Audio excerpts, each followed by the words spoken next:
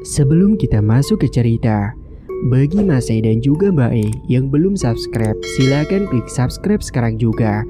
Dan bagi yang sudah subscribe, semoga kalian di sana sehat-sehat selalu agar bisa mendengarkan cerita terbaru dari Mang Ripan. Dan tidak usah lama-lama, ini dia ceritanya. Selamat mendengarkan. Pak, beli kelapanya yang tua 3 ya, sekalian diparutin, ucap si ibu pembeli pada Pak Agus, penjual kelapa. Pak Agus pun dengan sigap memilihkan beberapa kelapa yang tua karena mungkin si ibu pembeli mau membuat santan. Pak Agus ini jualan kelapa sekaligus parut kelapa di situ. Dan dari hasil kerjanya itulah dia mendapatkan uang yang cukup lumayan untuk menghidupi keluarga kecilnya. Usai memilih beberapa kelapa, Pak Agus segera mematoknya dan kemudian lanjut memarut 3 kelapa tersebut. Dan setelahnya dia langsung membungkusnya ke plastik dan memberikan kepada si ibu pembeli tadi. Si ibu itu pun kemudian memberikan uang untuk membayar 3 kelapa yang dibelinya itu. Pagi itu, memang Pak Agus sudah mangkal di lapaknya. Dia berjualan kelapa sejak lama, bahkan semenjak dirinya itu belum menikah. Kini dia sudah mempunyai seorang istri yang bernama Bu Susi dan 2 anaknya. Yang satu masih kelas 3 SD bernama Herni dan yang satunya lagi sudah kelas 3 SMP yang bernama Tina.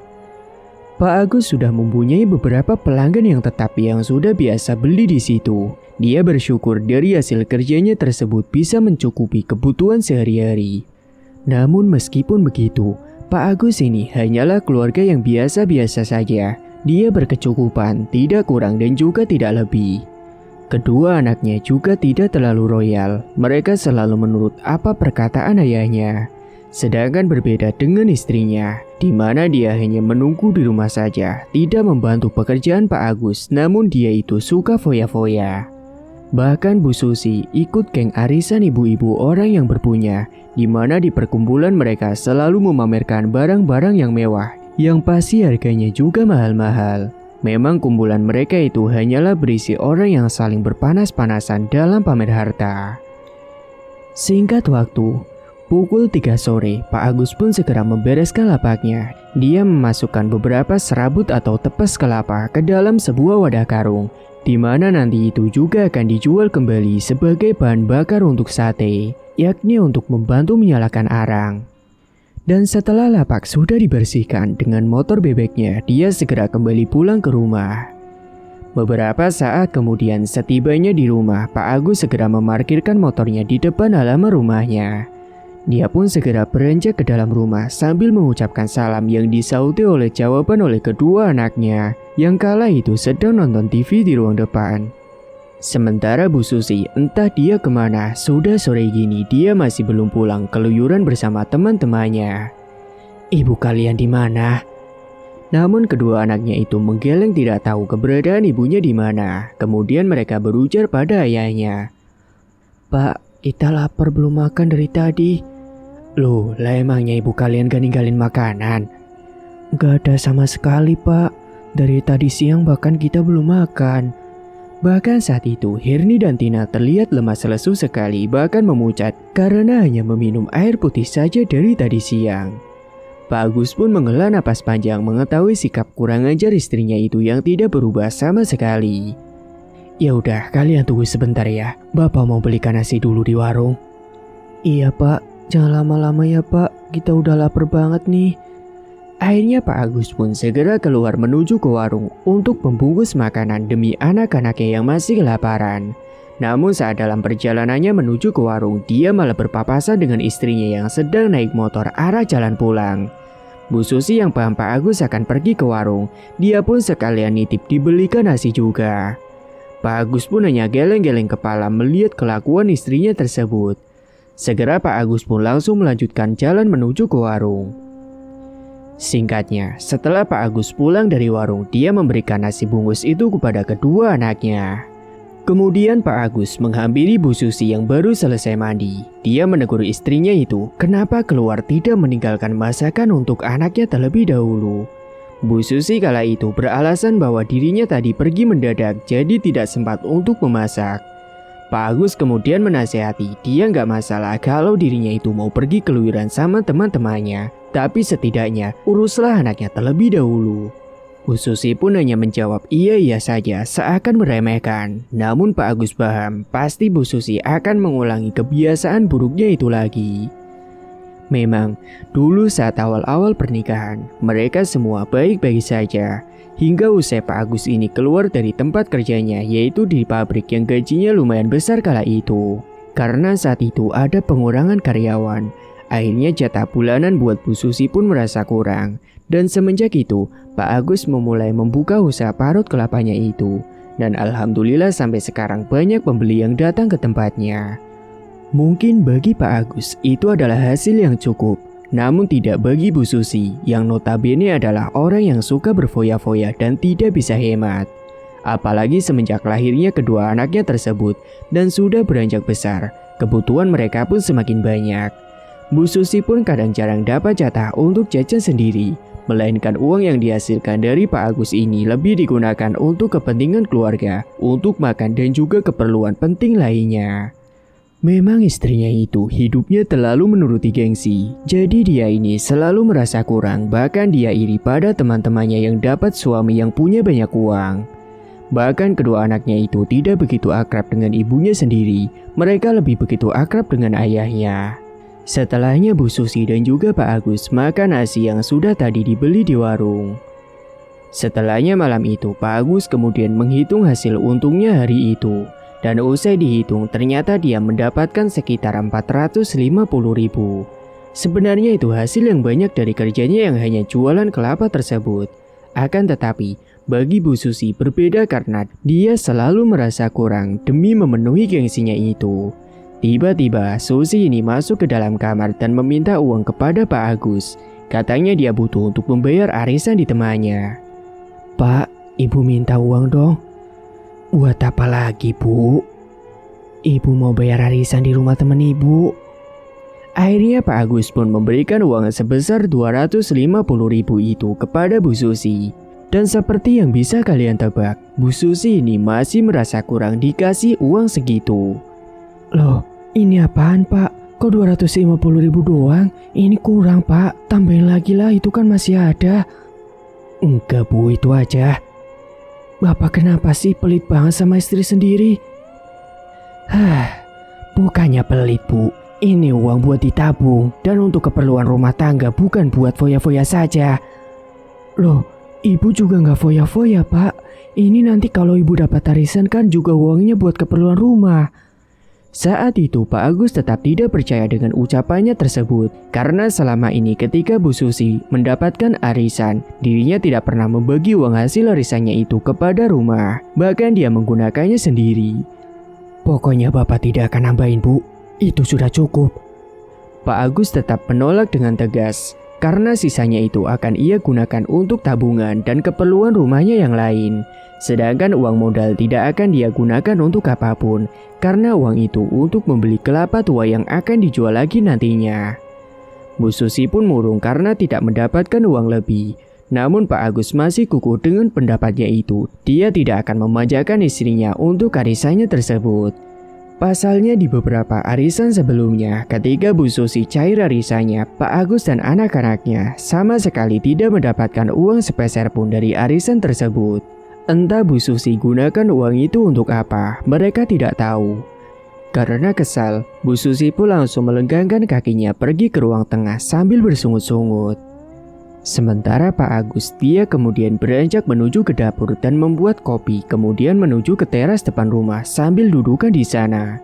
Sementara kedua anaknya sudah kembali ke kamarnya masing-masing untuk mengerjakan tugas dari sekolah, kemudian lanjut tidur. Di teras depan rumah, Pak Agus ini melamun. Dia berpikir bagaimana caranya supaya bisa merubah sifat istrinya yang buruk tersebut. Dia memandangi halaman di depan rumahnya yang kala itu tiba-tiba ada angin yang berhembus dengan kencang sekali dan langit tiba-tiba mendadak mendung. Sesaat setelahnya hujan pun mulai turun dari yang rintik-rintik kemudian menjadi deras. Dan sebab itulah Pak Agus kemudian beranjak masuk ke dalam rumah dan mengunci pintunya. Kemudian menyusul istrinya yang sudah tidur lebih dulu. Esok harinya, mereka pun sarapan bersama dengan sarapan yang dibelikan oleh Bu Susi di warung. karena memang dia itu malas untuk memasak. Hingga beberapa saat kemudian setelah sarapan selesai, segera Herni dan Tina pun pamitan untuk berangkat ke sekolah. "Pak, Bu, kita berangkat sekolah dulu ya." "Iya nak, hati-hati ya di jalan." Dan setelah kepergian anaknya itu, Pak Agus juga berpamitan kepada istrinya mau berangkat ke lapaknya lebih dulu. "Bu, Bapak berangkat dulu ya." "Iya Pak." "Oh iya Pak, habis ini Ibu mau pergi lagi ya Pak?" "Pergi kemana lagi Bu?" "Mau kumpul sama temen nih, diundang." "Ada acara apa lagi sih emangnya? Kenapa tiap hari pergi mulu?" "Biasa Pak, acara ibu-ibu." Tapi ingat, sebelum Ibu pergi, Ibu harus sudah beresin semua kerjaan rumah dan siapin makan untuk anak-anak nanti siang hari." Iya Pak, tenang aja." "Ya udah, Bapak berangkat dulu ya." Pak Agus pun segera berangkat dengan motornya menuju ke lapak yang ada di pasar. Sedangkan Bu Susi segera berbenah membersihkan piring bekas makan, nyapu dan masak sekalian buat siang nanti.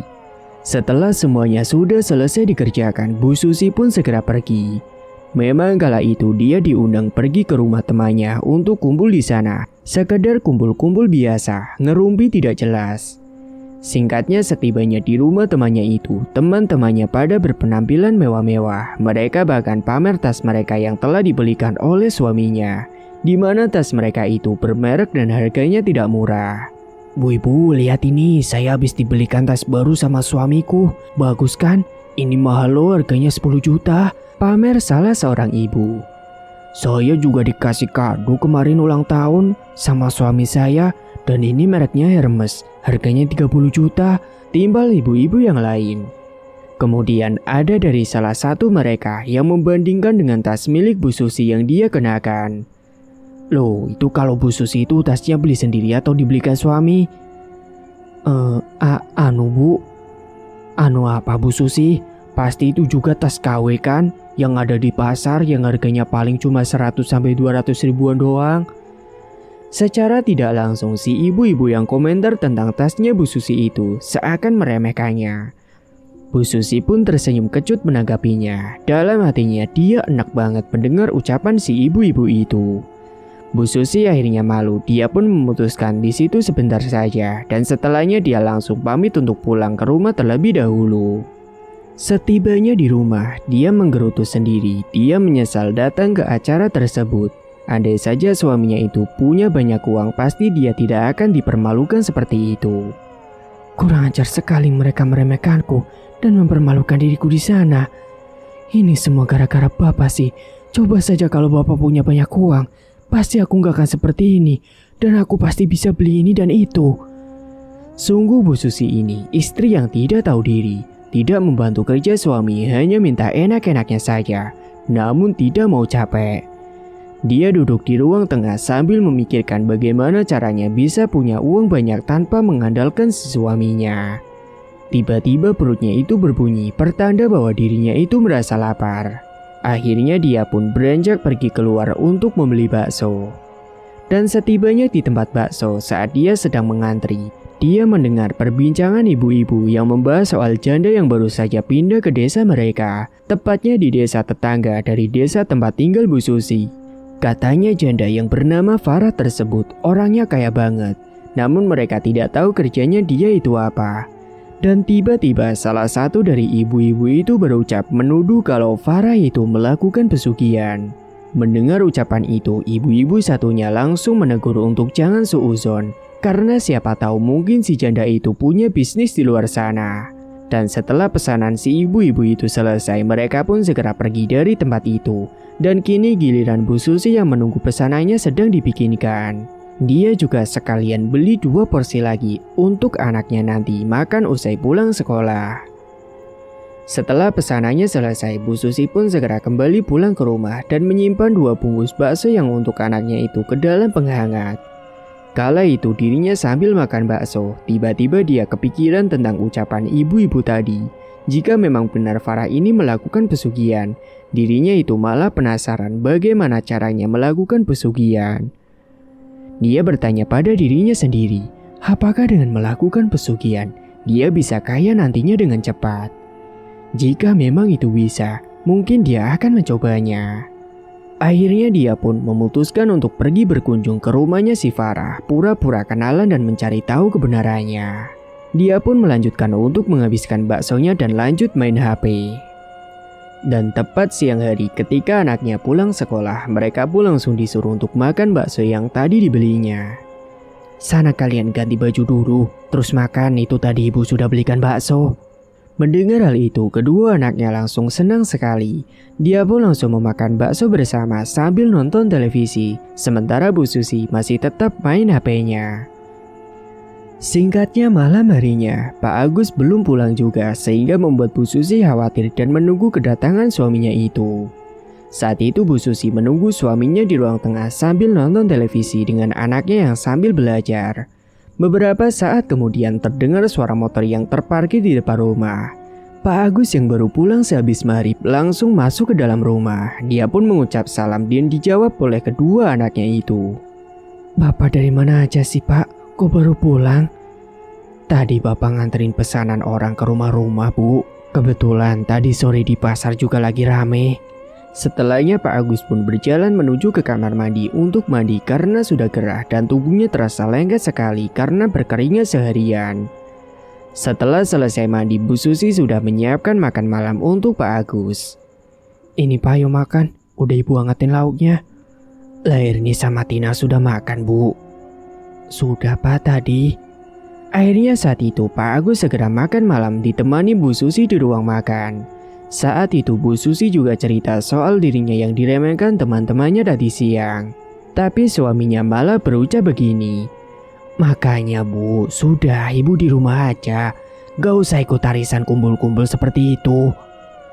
Tapi kan Ibu juga bosan Pak kalau di rumah sendirian. Ya terserah Ibu saja kalau masih mau malu sendiri. Makanya Bapak kasih uang sama Ibu yang banyak Pak, jangan pelit. Mana sekarang kasih uang? Tadi kan Bapak jualan sampai malam, pastikan dapat banyak. Namun Pak Agus diam sambil mengunyah makanannya. Sementara Bu Susi terus-terusan meminta jatah uangnya itu. Pak, mana uangnya? Ibu nggak lihat kalau Bapak ini lagi makan. Ya udah Ibu tungguin. Beberapa saat kemudian setelahnya Pak Agus selesai makan, Bu Susi tetap meminta uangnya. Hingga akhirnya Pak Agus pun beranjak ke kamar untuk mengambil uangnya dan diberikan kepada Bu Susi. Ini Bu. Loh, masa 200 doang sih Pak? Ini lebih sedikit daripada yang kemarin. Bu, Ibu itu sudah, jangan boros-boros. Itu sudah lebih dari cukup. Apalagi yang kemarin kan seharusnya masih ada. Bu Susi pun mulai menggerutu lagi dan bersungut-sungut mendengar ucapan suaminya dan bergegas meninggalkannya pergi ke kamar. Sementara Pak Agus yang melihat sikap istrinya itu pun langsung menghela napas panjang sambil mengelus dadanya dan beristighfar.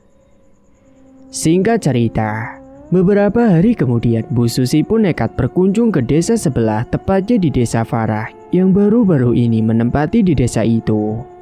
Bu Susi langsung mendatangi rumahnya Farah usai tanya-tanya warga sekitar. Saat itu Bu Susi mengendarai motornya berhenti mencoba menanyakan ke warga sekitar.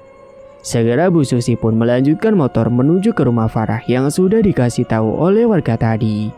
Beberapa saat kemudian, dia pun akhirnya sampai juga di rumah yang sudah dikasih tahu tadi. Ternyata rumahnya Farah ini luas besar dan juga kelihatan mewah. Setibanya di depan gerbang, Bu Susi langsung memencet bel rumah tersebut. Setelahnya muncullah sosok Farah dari dalam rumah dan segera menuju ke pintu gerbang dan dia heran mendapati tamu yang tidak dikenalnya itu. Maaf, dengan siapa ya?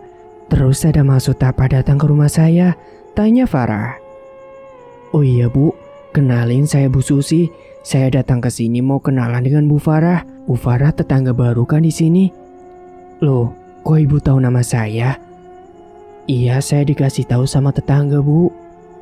Oh gitu, ya sudah kalau gitu masuk dulu Bu, silakan.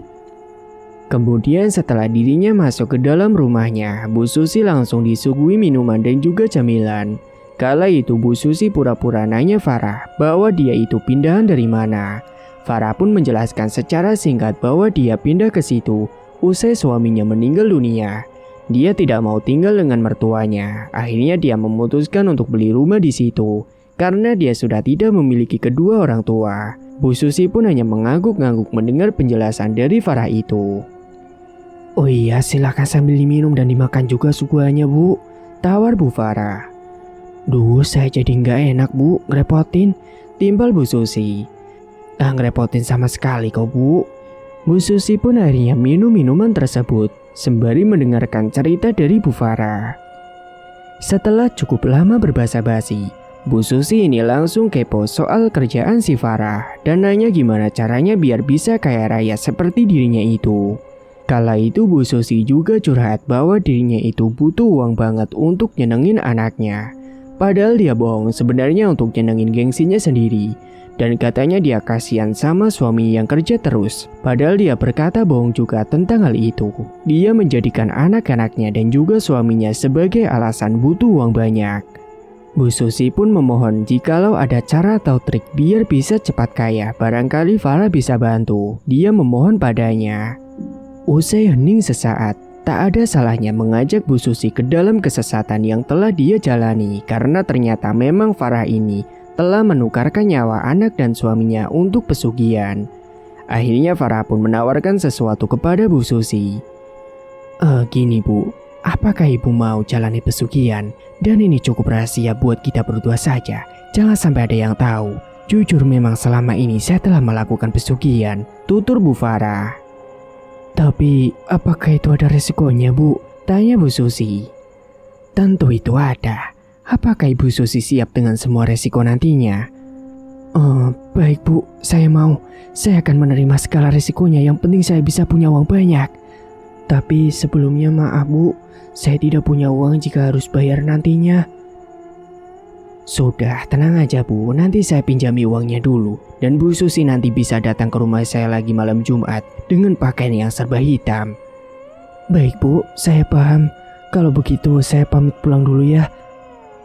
Iya silakan Bu, hati-hati di jalan, timpal Bu Farah. Setelahnya Bu Susi pun beranjak pulang pergi ke rumahnya dengan hati senang karena dia pikir kalau sebentar lagi dia akan memiliki banyak uang. Sore itu, Bu Susi pulang ke rumah. Ternyata Pak Agus sudah pulang di rumah lebih dulu. Dia duduk di depan teras rumah. Bu Susi pun langsung memarkirkan motornya di depan rumah dan menghampiri suaminya. Loh Pak, kok sudah pulang? Iya Bu, sudah habis semua dagangannya. Ibu dari mana?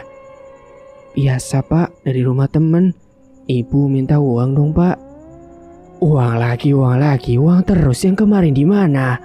Ibu bisa gak sih Bu? Gak usah minta uang terus. Padahal kan Bapak sudah kasih uang ke Ibu terus setiap hari. Bapak kira itu sudah lebih dari cukup. Bapak itu gak tahu sekarang apa-apa serba mahal Pak.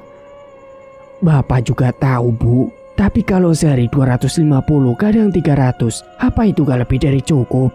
Mendengar kata-kata menohok seperti itu, akhirnya Bu Farah pun memutuskan ngambek dan langsung masuk ke dalam kamarnya dan tidur duluan meninggalkan suaminya. Malam harinya, Bu Susi yang ada di dalam kamar, dia tidak bisa tertidur karena dia tidak sabar ingin segera datang ke rumahnya Bu Farah nanti Kamis sore. Singkat waktu, hari Kamis sore pun telah tiba. Bu Susi sudah izin pada Pak Agus mau menginap di rumah temannya semalaman. Kala itu Pak Agus benar-benar sudah bodoh amat dengan istrinya yang susah diatur. Percuma dibilangin gak bakalan mempan. Padahal sudah berkeluarga tapi gayanya masih seperti remaja baru gede. Kemudian Bu Susi memakai pakaian serba hitam dan menuju ke rumah si Farah. Setibanya di rumahnya Bu Farah, Bu Susi langsung mencet bel rumah dan beberapa saat kemudian Farah pun muncul dan membukakan pintu gerbang. Setelahnya Bu Susi pun langsung diajak masuk ke dalam rumahnya. Tepatnya saat malam harinya, dia diajak masuk ke dalam sebuah ruangan ritual yang di sana sudah ada dupa yang menyala. Apakah Bu Susi sudah siap untuk melakukan ritualnya? Iya Bu, saya siap.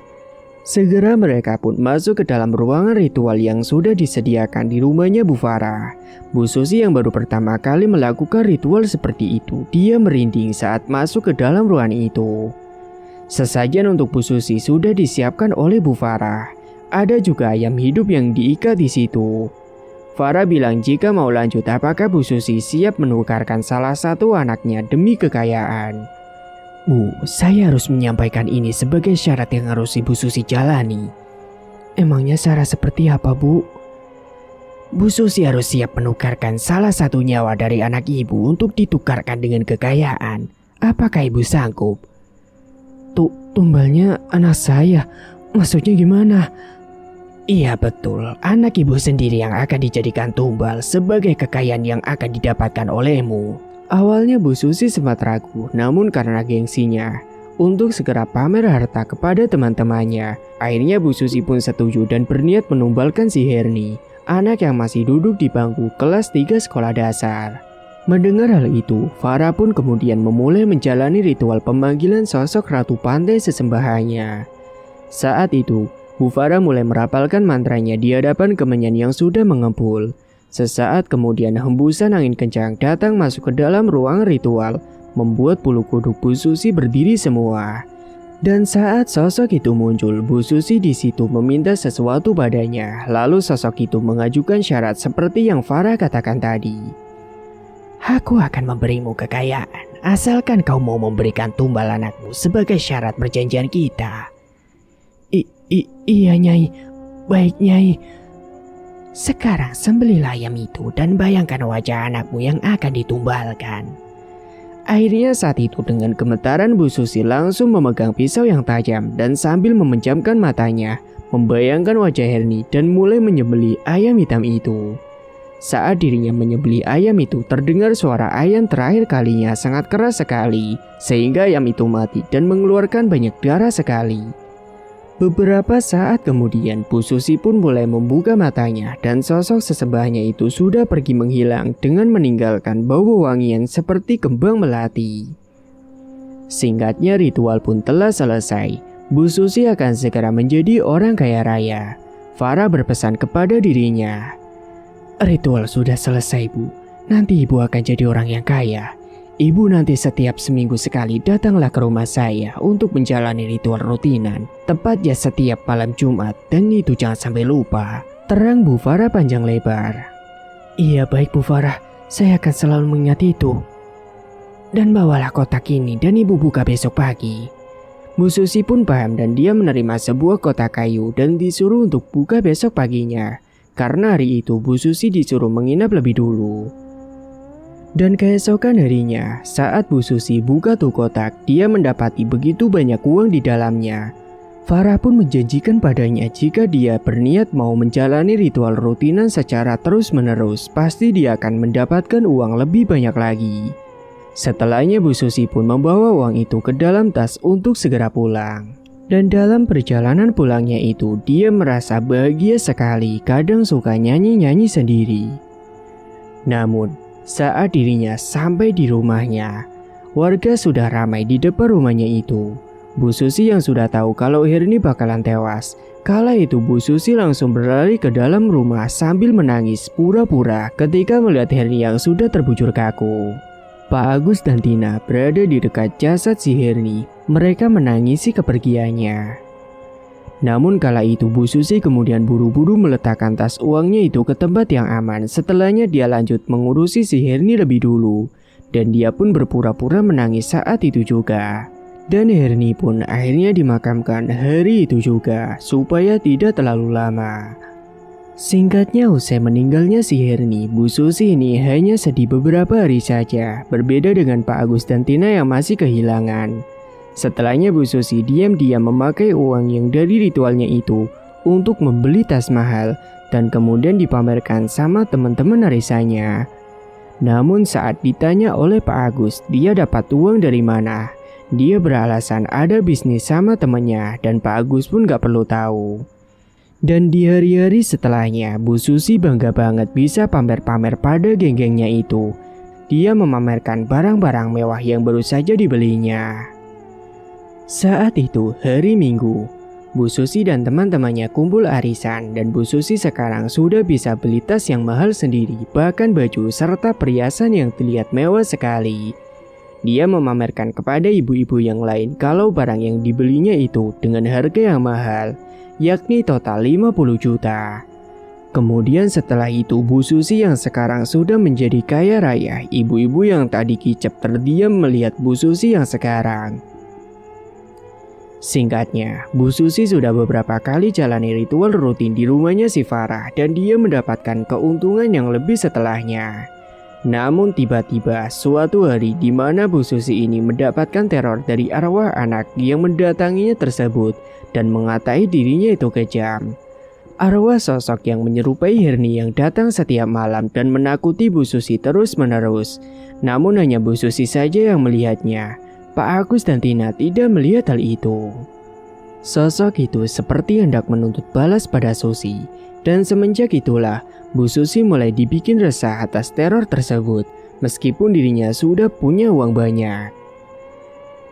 Suatu malam, Bu Susi yang sedang masak di dapur, suami dan anaknya kala itu sedang nonton televisi. Tiba-tiba saja dia dikejutkan dengan suara anak perempuan yang menangis, tepatnya di belakang rumahnya.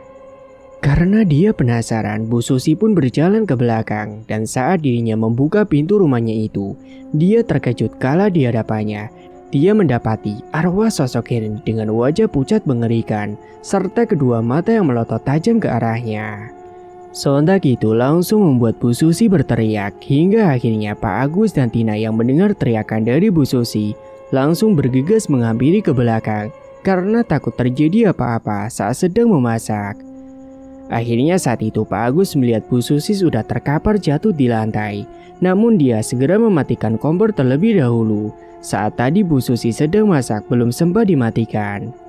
Setelahnya Pak Agus segera menggotong tubuh Bu Susi dan dimasukkan ke dalam kamar.